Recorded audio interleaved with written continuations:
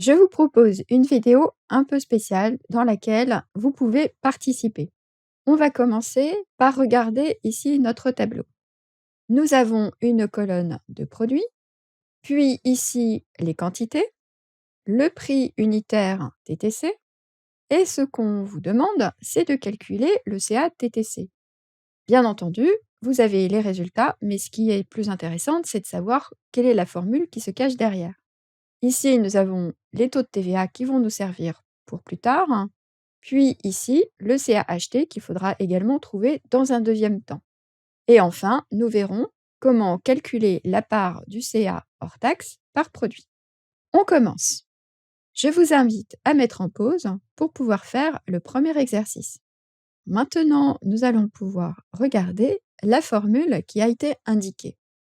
Ici, nous avons quelques éléments sur lesquels il va falloir faire attention. Par exemple, bien commencer la formule par égal, puis ensuite, il fallait bien regarder le nom de l'entête de colonne. En effet, très souvent, les apprenants considèrent que le prix unitaire est toujours hors taxe et qu'il faut donc calculer avec le taux de TVA. Mais non, ici, le prix unitaire était déjà TTC, donc il fallait simplement faire une multiplication avec le symbole spécial et multiplier le prix unitaire par les quantités. Vous avez trouvé? Bravo! On continue, remettez en pause. Maintenant, on va voir comment calculer le CA hors taxe à partir du CA TTC et du taux de TVA. Nous revoilà. On va regarder la formule. On a fait une formule un peu spécifique. Donc ici, toujours notre égal, puis ensuite D7 divisé par E7 plus 1. Qu'est-ce que c'est que ça?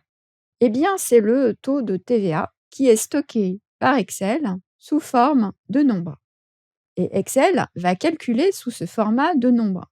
Ici, je vais simplement ajouter 2 décimales et on reconnaît que le taux à 5,5, c'est en fait 0,055. Et lorsque l'on veut retrouver le CA hors taxe à partir du CA TTC, sur une calculatrice, on va faire 104 divisé par 1,055. Eh bien, ici, on a demandé à Excel de le faire directement dans la formule. Pour pouvoir faire une addition séparée d'une division qui est prioritaire sur l'addition en mathématiques, on va indiquer des parenthèses, exactement comme sur une formule mathématique classique. Et donc, on aura bien trouvé notre résultat 99, qui donc est le CATTC pour le produit 1. Après, comme d'habitude, il suffit de recopier la formule vers le bas. Nous pouvons passer maintenant à la part du CA hors taxe par produit. Déjà, il fallait comprendre ce que ça voulait dire.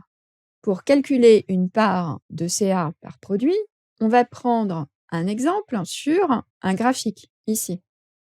Ça représente 100% du chiffre d'affaires. Nous, ce qu'on cherche, c'est la part qui est ici. C'est un produit qui représente cette part sur le total. Maintenant qu'on sait ça, on va pouvoir le modéliser en mathématiques et donc créer une formule. Égale F7, c'est-à-dire le CA du produit 1, je me remets ici, divisé par le total de tous les produits, c'est-à-dire le CA total.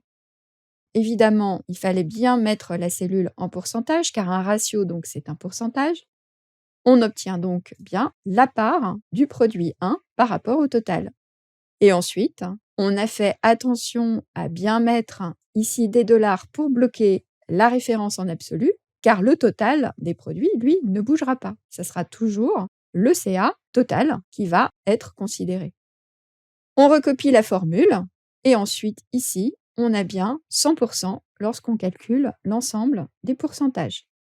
Vous savez maintenant calculer des ratios et appliquer un taux pour calculer TTC et hors taxe.